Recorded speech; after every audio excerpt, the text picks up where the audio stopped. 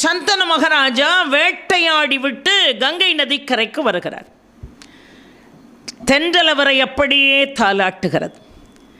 களைப்பிலே சற்று அமைதியாக நின்று கொண்டு அந்த காற்றை ரசித்து கொண்டிருக்கிறார். ஒரு அழகான பெண் எதிர்பட்டு வருகிறாள். மிகவும் அழகு பொருந்திய பெண்.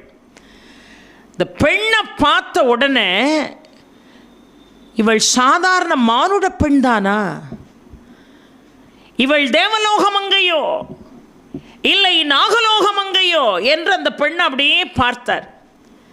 இவள் தேவலோகமங்கையாக இருந்தால் இவளுடைய பாதங்கள் தரையிலே தோய்வதற்கு வாய்ப்பில்லை என்று பாதங்களை பார்த்தார். பாதங்கள் தரையிலே தோய்ந்திருக்கிறது.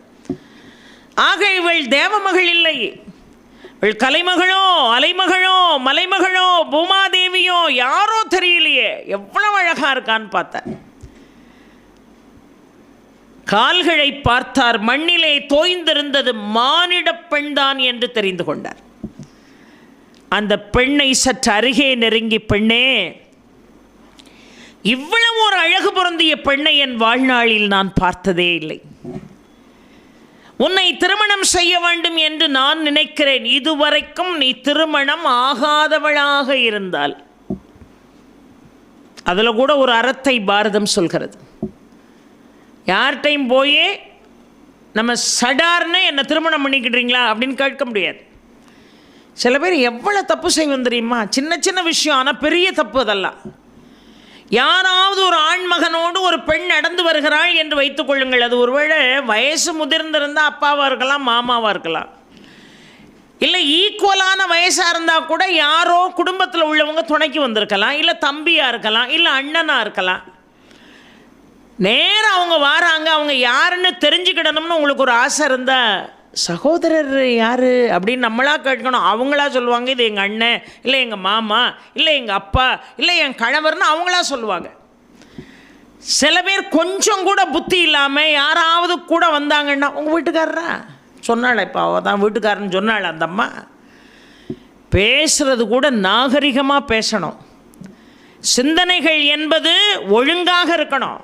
இப்போ அந்த பெண்ணிடம் போய் என்ன நாசுக்கா கேட்டார் பாருங்க. பெண்ணே, உனக்கு இதுவரை திருமணமாகவில்லை என்று சொன்னால் என்னை திருமணம் செய்து கொள்கிறாயா? இந்த பெண் சொன்னா, என்னை யாராலும் திருமணம் செய்ய இயலாதுன்னா. ஏன்? உனக்கு தான் திருமணம் ஆகலையே, ஏன் திருமணம் செய்ய இயலாது? நான் யாரையாவது திருமணம் செய்ய போகிறேன் என்று சொன்னால் சில கட்டளைகளை அவர்களுக்கு நான் பிறப்பிப்பேன். அதற்கு ஒத்து வரக்கூடியவர்கள் இதுவரைக்கும் இந்த உலகத்தில் யாரும் பிறக்கவில்லை என்றாள். அது என்ன கட்டளைன்னு சொல்லுமா? எந்த கட்டளைக்கும் நான் அடிபணிய தயாராக இருக்கிறேன் சொல்லிட்டு அந்த பெண்ணை பார்த்து சொன்னார், இனி என் உயிர் நீ, இனி என் உடைமை நீ, இனி என் அரசும் செல்வமும் நீனார். எப்படி அழகுக்கு அடிமை பாருங்க. என் உயிர் நீ, என் உடைமை நீ, என் அரசும் செல்வமும் நீ என்று சொன்னார். இந்த பெண் சொன்னா, அதெல்லாம் சந்தோஷம்தான், ஆனால் என்னை திருமணம் செய்த பிறகு என்னுடைய பூர்வீகம் என்ன, நான் எங்கிருந்து வந்தேன், நான் என்ன காரியம் செய்தாலும் ஏன் இதை இப்படி செய்கிறாய் என்று என்னிடம் கேள்வி எழுப்பக்கூடாது. சம்மதமான். நான் மகிழ்ச்சியான காரியத்தை செஞ்சாலும் ஏன் செய்கிறேன்னு கேட்கக்கூடாது, காரணம் கேட்கக்கூடாது. என்கிட்ட அதிரக்கூடிய, மனமே நடுங்கக்கூடிய காரியத்தை செய்தால் கூட ஏமா அப்படி செய்கிறேன்னு என்னிடம் கேட்கக்கூடாது. கேட்ட அடுத்த கணம் உங்களை விட்டு பிரிந்து விடுவேன். ஒரு பெண்ணு தான தர்மம் கேட்காம செய்கிறா. ஒருத்தருக்கு உடுத்துறதுக்கு ஆடை இல்லை, 2 சேலை வீட்டுக்காரர் வாங்கி கொடுத்தாலும் ஒன்று எடுத்துகிட்டு கூட அவர்கிட்ட சொல்லிக்கிடலாம். சாப்பாடு கொடுத்தேன், பசின்னு சொன்னாங்க, ஒரு 50 ரூபா பணம் கொடுத்தேன், இதுக்கெல்லாம் யாரையும் கேட்கணுங்கிற அவசியம் இல்லை. அப்படியே கேட்டாலும் கணவனை கன்வின்ஸ் பண்ணிக்கிடலாம். ஆனால் ஒரு வார்த்தை சொல்கிறார் பாருங்கள், உள்ளமும் உடலும் நடுங்கக்கூடிய அளவுக்கு நான் ஒரு காரியத்தை செஞ்சால் கூட நீ ஏன்னு கேட்கக்கூடாது. அப்போ யோசிக்கணுமா இல்லையா சந்தனு? அம்மாடியோ, இது எவ்வளோ பெரிய சிக்கல். உள்ளமே நடுங்கக்கூடிய காரியத்தை செய்தால் கூட நீ என்னன்னு கேட்கக்கூடாதுன்னு கேட்டால் நம்ம எப்படி அதை சம்மதிக்கிறதுன்னு யோசிக்க வேண்டாமா? எப்பொழுதுமே அழகில் மயக்கம் வந்து விட்டது என்று சொன்னால் மற்றது மறந்து போகும். அறிவு கண்ணுக்கு திரை விழுந்து விடும். இவர் அப்பவும் சொல்கிறார் பாருங்க, நீ என்ன செஞ்சாலும், நீ யார், என்ன, ஏது, ஏன் இப்படி செய்கிற, உன் பூர்வீகம் என்ன, நான் கேட்க மாட்டேன். மாற மாட்டீங்களேன்னா மாற மாட்டேன். மாறினால் உங்களை விட்டு நான் பிரிந்து போவேன். சம்மதம். இப்போ அக்னியை சாட்சியாக வைத்து திருமணம் செய்தார்கள். இப்போ முதல்ல ஒரு ஆண் குழந்தை பிறந்தது. அந்த ஆண் குழந்தைய பிறந்த உடனே தூக்கி கங்கையில் வீசிட்டார். இந்த காட்சியை பார்த்த உடனே அப்படியே சந்தனு நடுங்கி போயிட்டார். என்னம்மா இப்படி செய்கிறேன்னு கேட்கலான்னு நினச்சார். ஆனால் நடுங்கக்கூடிய காரியங்கள் செய்தால் கூட கேள்வி கேட்டால் போயிடுவேன்ட்டார். அவளிடம் இன்னும் இளமையை அனுபவிக்க வேண்டும், அவளை விட்டு பிரிய இயலாது. அதனால் கேள்வி கேட்கிற திராணி இல்லை, தைரியம் இல்லை. 2வது ஒரு குழந்தை பிறந்தது, அதையும் தூக்கி ஆற்றுல போட்டார். 3வது ஒரு குழந்தை ஆற்றுல போட்டார். 4, 5, 6, 7 குழந்தைகள் ஆற்றுல போட்டார். இப்போ 8வது குழந்தை வயிற்றில் இருக்கு. அந்த குழந்தை பிறந்த உடனே பணிப்பெண் ஓடி வந்து சந்தனு மகாராஜாட்ட சொன்னா, மகாராணிக்கு குழந்தை பிறந்துட்டு. இப்போ தலைதெறிக்க ஓடினார். அவசரமாக அந்த 8வது ஆண் குழந்தையை தூக்கி கையில் வச்சுக்கிட்டார். இவன் அந்த குழந்தையை கொடுங்க, ஆற்றுல வீசணும்னா. அவர் சொன்னார், பெண்ணே, பெண்ணுக்கே இருக்க வேண்டிய கருணை உன்ட்ட கொஞ்சம் கூட இல்லையே. பெண்கள் ஈவு இரக்கம் நிறைந்தவர்கள் என்று சொல்வார்களே, ஈரமில்லாதவளா நீ பெத்த குழந்தையை தூக்கி வரிசையா ஆற்றுல போடுறியே. கடைசி அந்த ஒரு குழந்தை தான் நம்முடைய வம்சம் தழைப்பதற்கு இருக்கு. தயவு செய்து இந்த குழந்தையை விட்டு நான் கொடுக்க மாட்டேன்னார். அவ கேட்டா, 7 குழந்தைகளை தூக்கி ஆற்றுக்குள்ளே வீசும்போது இந்த புத்தி வேலை செய்யலையா? அப்போ இறக்கத்தை பற்றி தெரியலையா? அப்போ ஈவு இறக்கம் கருணையை பற்றி ஒன்றும் விளக்கம் கொடுக்கணும்னு தோணலையா? இப்போ மட்டும் என்ன அக்கறைன்னு கேட்டா, நீ யார்? ஏன் இப்படி கொடூரமான காரியங்களை செய்கிறாய்? என் உயிரே போனாலும் இந்த குழந்தையை மாய்ப்பதற்கு நான் ஒரு நாளும் சம்மதிக்க மாட்டேன். நீ யார் என்று கேட்டார். இந்த பெண் சொன்னா, எப்போ என்னை யார்னு என் பூர்வீகத்தை நீ தோன்றியோ அடுத்த கணம் நான் உன்னை விட்டு பிரிந்து விடுவேன் என்று உன்னிடம் வாக்கு கொடுத்திருக்கிறேன். நான் பிரியக்கூடிய வேளை வந்து விட்டதன். யார்னு சொல்லிட்டு போனார். அப்பந்தான் அவள் யார் என்று சொன்னாள். பாருங்கள், நான் வேறு யாரும் இல்லை, நான் தான் உன்னை கங்கை மடியிலே சந்தித்த கங்காதேவி. தேவலோகத்திலே பிரம்மாவினுடைய தலைமையில் அத்துணை பேரும் கூடியிருந்தார்கள். அந்த நேரம் ஒரு பலமான காற்று வீசியது. என்னுடைய மேலாடை சற்று சரிந்தது. என் அழகிலே மயங்கினான் வருணன்.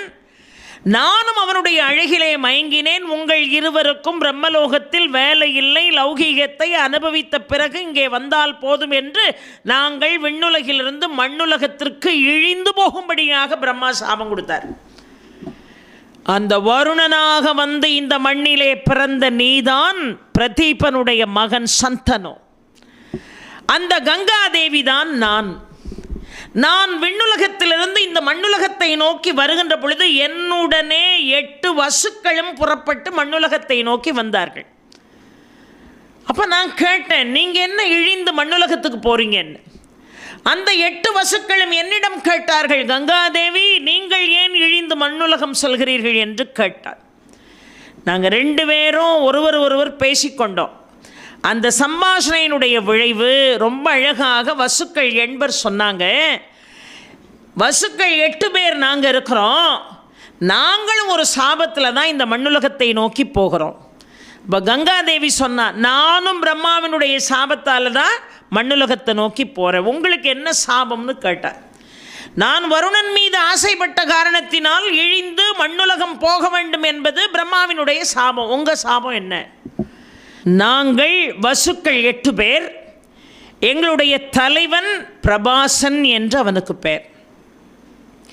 இவர்கள் ஒரு நாள் புறப்பட்டு வசிஷ்டருடைய ஆசிரமத்துக்கு போகிறார்கள். இந்த 8 பேரும் வசுக்கள் 8.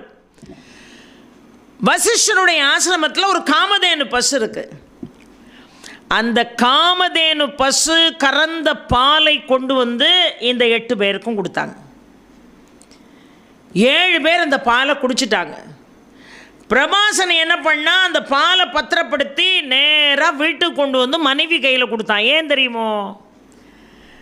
வசிஷ்டர் சொன்னார், இந்த பாலை எவன் ஒருவன் பருகுகிறானோ அவன் என்றைக்குமே முதுமையை தவிர்த்து இளமையாக இருப்பான். இளமையாக இருக்கணுங்கிற ஆசை எல்லாருக்குமே இருக்குது. அதனால் இந்த பாலை குடித்தா இளமையாக இருப்பாங்க. அவன் எவ்வளவு அன்புள்ளவன் பாருங்கள், மனைவி மேலே தான் குடிக்காமல் அந்த பாலை கொண்டு வந்து மனைவிகிட்ட கொடுத்தான். இந்த பாலை குடித்தா என்னைக்கும் இளமையாக இருக்கலாமா, நீ குடி அப்படின்னா. அப்போமாவது அந்த பொம்னாட்டி பாதியை குடிச்சிட்டு மீதியை கணவனுக்கு கொடுக்க வேண்டாமா, அவனும் தானே இளமையாக இருக்கணும். முழுசாக குடிச்சிட்டா அடுத்த நாள் கேட்டால் இன்றைக்கும் அந்த பால் கிடைக்குமான்னு. வசிஷ்டருடைய ஆசிரமத்தில் போய் கொஞ்சம் பாலை வாங்கிட்டு வாங்க. எதுக்குன்னா, ஒருவேளை அவனுக்கு மனசுக்குள்ளே ஒரே பூரிப்பு, நமக்கு தான் கொடுக்க போகிறேன்னு சொல்கிறான்னு. அவள் சொன்னா, இந்த பாலை வாங்கிட்டு வந்தீங்கன்னா என்னுடைய நெருங்கிய தோழி ஒருத்தி இருக்கா, அவளை இளமையாக்கணும்னா. அப்போ கூட வீட்டுக்காரனை இளமையாக்க வேண்டியதில்லை, என் தோழியை இளமையாக்கணும்னா. இவன் சொன்னான், பெண்ணே பாலை கொண்டு வந்து கொடுத்தேன், நீ குடிச்சு இளமையாக இருப்ப. இப்போ என் தோழிக்கு வேணுங்க, நாளைக்கு உங்கள் அம்மாவுக்கு வேணும்ப, உங்கள் அப்பாவுக்கு வேணும்ப, யார் யாருக்கெல்லாம் நீ இதை கேட்க போறியோ எப்படி கொண்டுட்டு வர முடியும்னா, அதுக்கு தான் என் வசம் ஒரு ஆலோசனை இருக்கிறதுன்னா. என்ன ஆலோசனைன்னா, வசிஷ்டர் இல்லாத நேரமாக பார்த்து ஆசிரமத்துக்குள்ளே நுழைஞ்சி அந்த காமதேனு பசுவை கவர்ந்துட்டு வந்துருங்க, முடிஞ்சுது அப்படின்னு. இப்போ இப்படி சொல்கிறாளே, இந்த பயலுக்காவது கொஞ்சமாவது புத்தி வேண்டாமா? பெண்கள் சில நல்ல விஷயங்கள் சொல்லும்போது அதுக்கு கட்டுப்படணும், அந்த வார்த்தைக்கு மரியாதை கொடுக்கணும். அதில் எனக்கும் ஈடுபாடு இருக்குது, தப்பு இல்லை. ஆனால் சொல்லுகின்ற வார்த்தை, சொல்லுகின்ற ஆலோசனை தவறுன்னு தெரிஞ்சதுன்னு வைங்க, அவன் மேலே பயமே இருந்தாலும் சரிதான், ஆமான்னு ஆமாஞ்சாமி போட்டிங்கன்னு வைங்க, பாதிக்கப்பட போகிறது அவன் மட்டும் இல்லை, நீங்களும் உங்கள் சந்ததிகளும் தான். தேவையில்லாமல் கோயில் மாடு மாதிரி தலையாட்டுற வேலை யாருக்கும் இருக்கப்படாது. நியாயமாக இருக்கா, கட்டுப்படுங்க. நியாயமான ஆலோசனையா தலைவணங்குங்க. தேவையில்லாமல் நீ சொன்னால் சரியாக தான் இருக்கும், நீ சொன்னால் சரியாக தான் இருக்கும், கடைசியில் அகல பாதாளத்தில் போய் விழணும். போய் வசிஷ்டருடைய ஆசிரமத்தில் காமதேனுவை கவர்ந்துட்டு வந்துருங்க. இந்த பயலுக்கு புத்தி வேண்டாமா? நேராக போனால் ஆள் இல்லாத நேரம் இந்த 7 பேரையும் கூட துணைக்கு அழைச்சிட்டு போயிட்டு பசுவை கவர்ந்துட்டு வந்துட்டான். ஆக பாலை கொண்டுட்டு வர முடியலைன்னா பசுவை கொண்டு வான்னு சொன்ன மனைவிக்கும் புத்தி இல்லை. போய் அப்படி திருடலாமா, உண்ட வீட்டுக்கே ரெண்டகம் பண்ணலாமா, சொல்லி கொடுத்தாரு, அவர்கிட்ட கேட்டால் கூட கொடுத்துருப்பாருங்கிற அறிவு இந்த வசுக்களுடைய தலைவன் பிரபாசனுக்கும் இல்லை. இல்லை கூட தலைவன் கூப்பிடுற இடத்துக்கெல்லாம் ஜால்ரா போட்டுக்கிட்டே போகிறான் பாருங்க இந்த 7 பேரும், அவனுக்கும் புத்தி இல்லை. தலைவனாக இருக்கான், தகப்பனாக இருக்கான், யாராக வேணாலும் இருக்கட்டும், சொல்லக்கூடிய வார்த்தைகளில் தர்மமும் உண்மையும் இல்லை என்று சொன்னால் எதிர்த்து கேள்வி கேட்பது தவறே அல்ல, தவறே அல்ல பெரியோர்களே. இந்த 7 பேரும் அவன் பின்னாடியே ஜால்ரா போட்டுக்கிட்டு நேராக வசிஷ்டர் ஆசிரமத்தில் போய் பசுவை திருடுறதுக்கு இந்த 7 பேரும் துணையாக இருந்து காமதேனுவை கவர்ந்து கொண்டு வந்தார்கள். வந்து வசிஷ்டர் பார்த்தாரு, ஆசிரமத்தில் காமதேனுவை காணும். தன்னுடைய ஞான திருஷ்டிகளை பார்த்தார். பிரபாசனுடைய தலைமையில் இந்த வசுக்கள் எல்லாரும் பின்தொடர்ந்து இந்த காரியத்தை செஞ்சுருக்காங்கன்னு 8 பேருக்கும் சாபம் போட்டார். நீங்கள் விண்ணுலகத்திலிருந்து மண்ணுலகத்திலே இழிந்து பிறந்து சங்கடம், துன்பம், சஞ்சலம் எல்லாத்தையும் அனுபவிச்சுட்டு வாங்கன்னு சாபம் போட்டார். எல்லாரும் போய் அவர் காலில் விழுந்தாங்க. நாங்கள் தெரியாமல் பண்ணிட்டோம், எங்களுக்கு சாப விமோசனம் வேணும். இந்த முனிவர்களுக்கு எந்த அளவுக்கு கோபம் இருக்கோ அந்த அளவுக்கு மன்னிக்கக்கூடிய மனப்பான்மையும் உண்டு. காலில் போய் விழுந்தவுடனே அவர் சொன்னார், ஒரு வீட்டுக்கு வந்து ஒரு காரியத்தை கொடுத்து இதை நீங்கள் பருகுங்கன்னு மனசார அன்பு கலந்து கொடுத்ததுக்கு இவ்வளோ பெரிய துரோகம் பண்ணலாமா? யாருக்கும் இந்த துரோகத்தை பண்ணலாமா? அந்த துரோகத்துக்கு நீங்கள் 7 பேரும் அவனுக்கு உறுதுணையாக இருக்கலாமா? இந்த காரியம் இவ்வளோ தவறான காரியம். நீங்கள் 7 பேரும் அவனுக்கு உறுதுணையாக வந்த காரணத்தினால் மண்ணுலகத்துக்கு இழிந்து போய் பிறக்க போகிறது உறுதி. ஆனால் பிறந்த உடனே நீங்கள் அந்த பிறவியை விடுத்து என்னிடம் வந்து சேருவீர்கள், இந்த விண்ணுலகம் வந்து சேருவீர்கள். ஆனால் மனைவி பேச்சை கேட்டான் பாருங்க, அவள் தப்பாக சொல்லி கொடுக்கான்னு தெரிஞ்சோம், அவளுடைய ஆலோசனை தவறு என்று தெரிந்தோம், அவள் மீதுள்ள அளவு கடந்த காதலால் நல்லது கெட்டதுன்னு ஆராயாம அந்த பசுவை திருடுறதுக்கு முயற்சி செய்தானே, அந்த பெண்ணினுடைய அபச்சாரமான ஆலோசனையை கேட்ட இந்த பிரபாசன் இந்த மண்ணுலகத்தில் நீண்ட நாட்கள் இருப்பான், பெண் சுகம் இல்லாமல் வாழ்வான்னு சாபத்தை போட்டார். அவனுக்கு மட்டும் சாப விமோசனம் இல்லை, உங்கள் எல்லாருக்கும் சாப விமோசனம் பிறந்த உடனே வந்துடலாம். அதனால தான் ஒவ்வொரு குழந்தைகளாக பிறந்த உடனே தூக்கி தூக்கி கங்கா ஆற்றுல வீசினா. உங்கள் சாபத்தை நான் நீக்குகிறேன். வருணனை திருமணம் செய்து நீங்கள் 8 பேரும் என் வயிற்றிலே பிறப்பீர்கள். 7 பேருக்கு வசிஷ்டர் சொன்னதைப் போல உடனடியாக என் மூலமாக சாப விமோசனம் கிடைக்கும். ஆனால் 8வது குழந்தை மட்டும் நீண்ட நாட்கள் இந்த பூமியிலே நிலைத்திருப்பான். ஆனால் என்ன சாபம்? பெண் சுகமே இல்லாமல் வாழ்வான். அதனால்தான் நான் 7 பேரையும் தூக்கி ஆற்றுக்குள்ளே வீசினேன். இது 8வது குழந்தை. இந்த குழந்தையை இப்பொழுதும் உங்கள் கையில் நான் ஒப்படைக்கப் போவதில்லை, நான் அழைத்து கொண்டு போகிறேன். காலம் வருகின்ற பொழுது உங்களிடம் வந்து ஒப்படைப்பேன் என்று சொல்லி அந்த கங்கை ஆற்றுக்குள்ளே குழந்தையோடு கங்காதேவி மறைந்து போனாள். பல ஆண்டுகளாக கங்கையும் பிரிந்த மைந்தனையும் நினைத்து வேதனைப்படுகிறார். அவர் பிரியும் போது கூட இவர் சொன்னார், பெண்ணே 7 குழந்தைகள் மாண்டு போச்சு, 8வது குழந்தை உன் கையில் இருக்கு, அதுக்கும் சாபம் இருக்குன்னு சொன்னா நாம் இருவரும் மீண்டும் இணைந்து ஒரு நல்ல குழந்தையை பெறலாமேன்னார். நான் வந்த வேலை முடிஞ்சு போயிட்டுன்ட்டான். குழந்தையை கூட்டிட்டு ஆற்றுக்குள்ளே போய் மறைந்து கொண்டாள் கங்கைக்குள்ளே.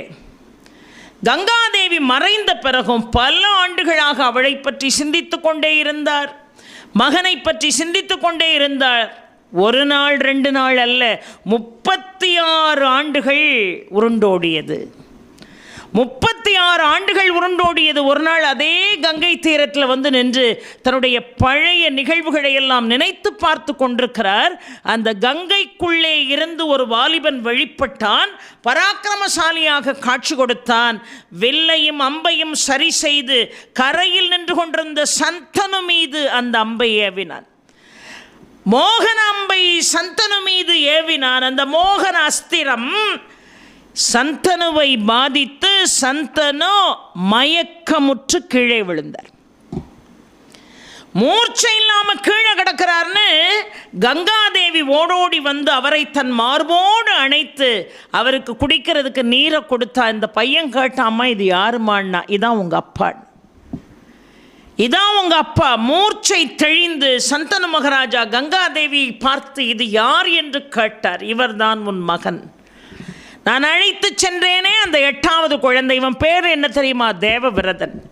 இவன் யார் தெரியுமா? வசிஷ்டரிடம் சகல சம்பிரதாய சாஸ்திரங்களை படித்தவன். இவன் யார் தெரியுமா? சுக்ராச்சாரியாரிடம் நீதிகள் முழுவதையும் கற்றுக்கொண்டவன். இவன் பரசுராமரிடமிருந்து எல்லா வித்தைகளையும் கற்றுக்கொண்ட மகா பெரிய யோகி. இவன் சாதாரணமானவன் அல்ல. இவன் இருக்கின்ற வரைக்கும் மட்டுமல்ல, இவன் வாழ்ந்து முடிந்த பிறகும் உலகம் இவனை பற்றி பேசிக்கொண்டே இருக்கும். இப்படி ஒரு குழந்தையை பெறுவதற்கு இந்த தாயும் தந்தையும் எப்பேற்பட்ட பலனை செய்தார்களோ, என்ன புண்ணியம் செய்தார்களோ, எத்தனை ஆண்டுகள் தவம் செய்தார்களோ என்று இந்த உலகம் பேசும். அப்படி ஒரு குழந்தை. அந்த குழந்தையை இன்றைக்கு உங்கள் வசம் நான் ஒப்படைக்கிறேன். சகல சௌபாகியங்களும் அவனுக்கு இருக்கும். ஆனால் பெண் சுகம் என்பது மட்டும் அவனுக்கு இல்லை. அது ஒன்றுதான் உங்களுக்கும் எனக்கும் வேதனை என்று குழந்தையை கையில் ஒப்படைச்சா. அந்த வாலிபனை அழைத்து கொண்டு அரண்மனை திரும்பி அந்த வாலிபனுக்கு முடிசூட்டினார் சந்தனு மகாராஜா. அந்த வாலிபனுக்கு முடிசூட்டினார் சந்தனு மகாராஜா. மிக அருமையாக ஆட்சி நடந்து கொண்டிருக்கிறது. கங்காதேவி தன்னுடைய 8வது மைந்தனுக்கு இட்ட பேர் தேவவிரதன் என்று பேர். சந்தனு மகாராஜாவிடம் சொல்கிறார், தேவவிரதன் என்று அவனை அழையுங்கள், அவன் பேர் தேவவிரதன் என்று. அருமையாக ஆட்சி செய்கிறான் தேவவிரதன். மகனிடம் ஆட்சியை ஒப்படைத்து விட்டு மீண்டும் வேட்டைக்கு வருகிறார். வருகின்ற வழியிலே வேட்டை முடிந்து யமுனை ஆற்றங்கரையில் வந்து ஓய்வுக்காக நிற்கிறார் சந்தனு மகாராஜா.